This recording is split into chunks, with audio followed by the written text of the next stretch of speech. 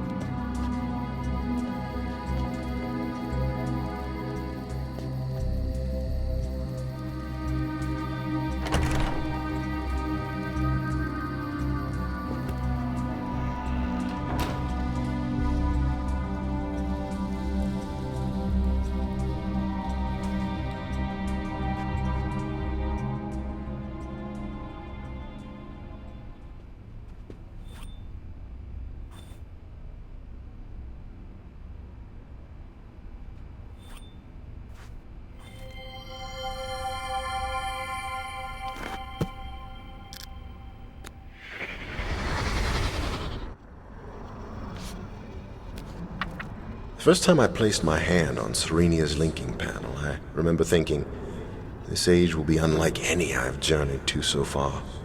And it was. The sky was crisp and clear. The rivers and waterfalls sparkled like diamonds. Even the worn paths threading through the canopies of stone took my breath away. I met a group of women who told me they had been expecting me, and as we talked late into the evening, they did seem to know a lot about me. Yet the more they explained why, the more impossible this story seemed. Of course, Catherine's ages have always struck me as impossible. Why should this one have been different? One of the stories the protectors told me, for that is what they called themselves, moves me to this day. Many lifetimes ago, a child from the village contracted a fever and died. His parents, who had loved him very much, decided to bury him under a waterfall and built a balloon to take him there. The parents' grief was so strong, however, that when they landed their balloon, they could only carry the child a short way. So they set him down beside a giant flower and slept. All night, the mother's tears never stopped flowing. Eventually, they sank through the ground and bathed the flower's roots. Moved by the tears, the flower told the parents to carry their child. That is what they called themselves. Into her epistle. She would preserve his memories so they could visit him whenever they wished. Then the flower passed one of the tears back through her roots, turning it into a container to hold memories, and the father dove underwater to collect it. And that is how the memory chamber first displayed her power to the Serenians. Having read Catherine's descriptive book, I realized that the plant the protectors called the memory chamber is but the fruiting body of a massive fungus. Like any fungus, it recycles dead organic material into nutrients, in this case, filled memory globes. Since Yisha has recently asked to see Serenia, I will share this explanation with her, as I did her brothers when they were her age. Yet I cannot help thinking that my scientific understanding of Serenia's pales in comparison to the Protector's simple tale. I had not fully realized how many years have passed since I visited this age, so when I stepped out of the linking cave with Yisha, I was pleased to see only a little has changed. A new group of women have replaced the Protectors I knew, but they seemed to be as friendly as the first. Yisha took an immediate liking to the one called Anya, and as we made our plans to spend more time here in the future, I felt confident our relationship with these women would be mutually beneficial. After an absence of several weeks, we returned to Serenia last night. Catherine agreed to accompany us, so we will stay for a week or more. This morning, I took advantage of Catherine's presence to re-explore alone. My route soon took me beyond Serenia's current memory chamber to the old abandoned flower which had served the village centuries ago. The man-made edifice surrounding the chamber looked much the same as I remembered, although the flower itself was in far worse state of decay. I tried opening the door to explore inside, but found it locked. Just as well. 30 years ago, the Protectors told me how the delicate inner heart of the chamber emits a strong fragrance as part of its reproductive cycle. The closer the chamber gets to maturation, the more toxic this gas becomes, forcing the Protectors to find a new flower for their use. No doubt the collected fumes inside the original chamber would have made it impossible for me to survive there very long. Catherine says I should have seen it coming, but this morning, Yisha asked permission to meet Serenia's ancestors. I tried to explain that the place the Protectors called Dream is not real. How can it be? But she insists on finding out for herself. So what am I to do? I suppose it will do no harm to let her try. From what Anya told me, it should take several months for Yisha to learn how to dream. It has certainly been a while since I've had enough free time to concentrate on the crystal viewer's attachment. Keeping my inquisitive daughter occupied may end up being beneficial for us all. I cannot believe how quickly time has flown. Today we attended a ceremony on Serenia's celebrating Yisha's mastery of their customs. I must admit, although my doubts about the dream realm remain, seeing my daughter's pride as she received the Protector's necklace made it all seem worthwhile. Yusha said something strange during our writing lesson today. She thought it was sad that Catherine rarely writes anymore, and asked if we should explain that just because someone dies after visiting an age doesn't mean the age's writer is responsible. I knew immediately she was talking about my grandmother. Yet Catherine and I have never fully described Anna's death, so how she knew this information is a mystery. When I asked, she said her necklace had said something while she was holding Anna's picture. The answer was completely unsatisfactory. Yet I must admit, Isha had displayed an uncanny knowledge of things she never witnessed ever since receiving the Protector's gift.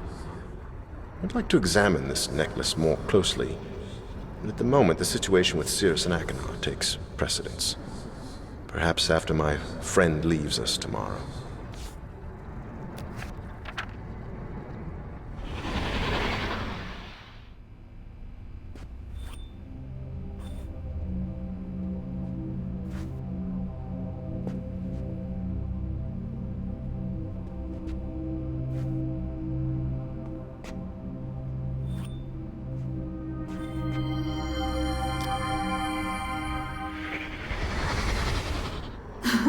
Atreus, I thought you were going to redesign this room, but it looks just like it did before the fire. Not just like it did, my love. Look, the table is different.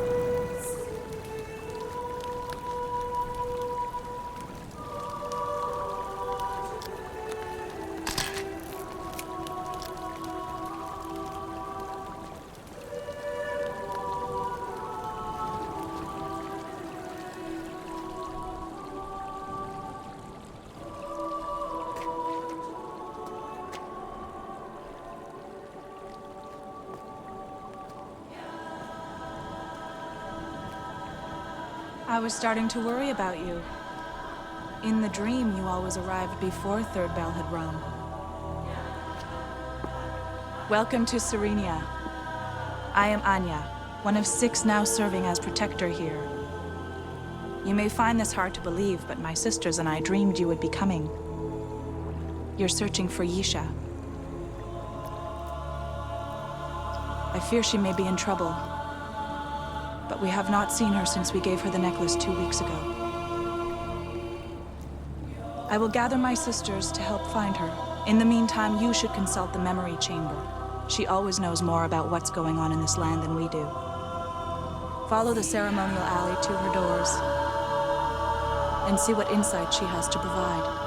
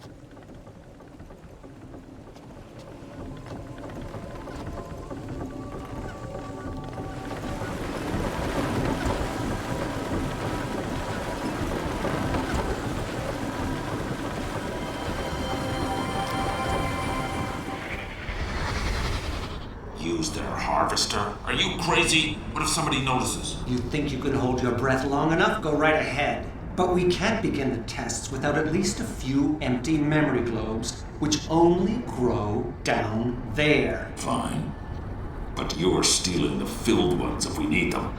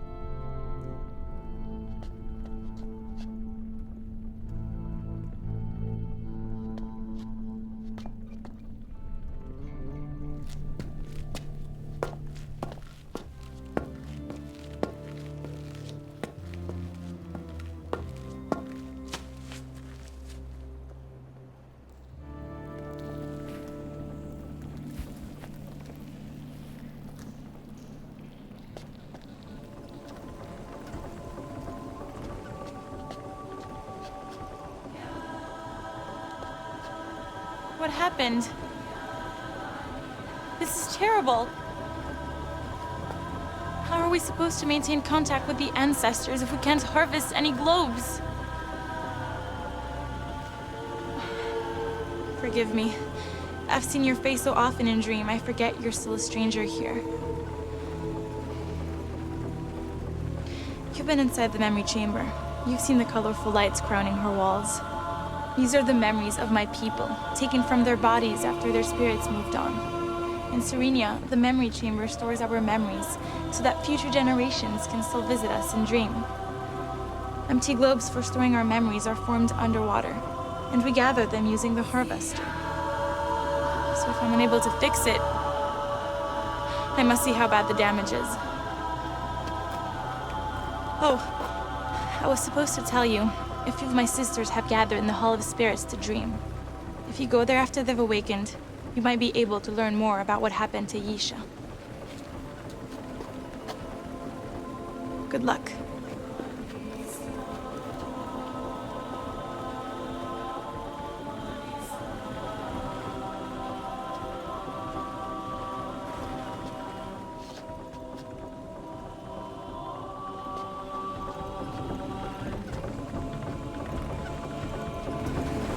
This is so not good.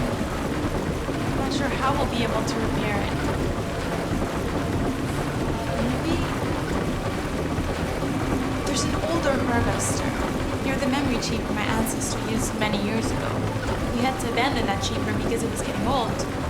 The pollens inside the chamber can get deadly when that happens. Maybe we could take the parts and use them to fix this one.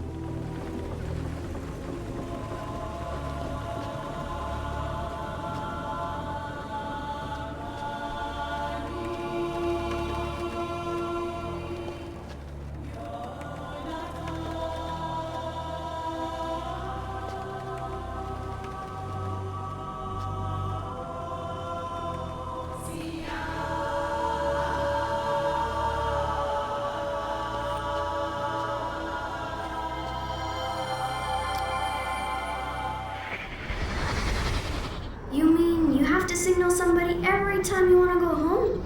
Why don't you just sleep here? Because we have families too, you know. And the ones who are still alive sleep in the village.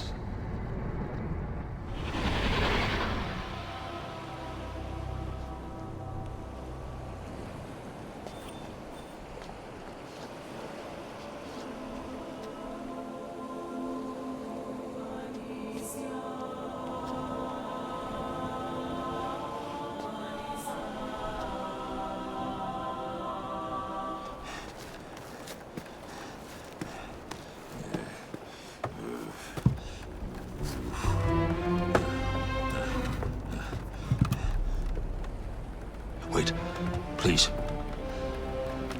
Listen to me. Okay. It doesn't look good.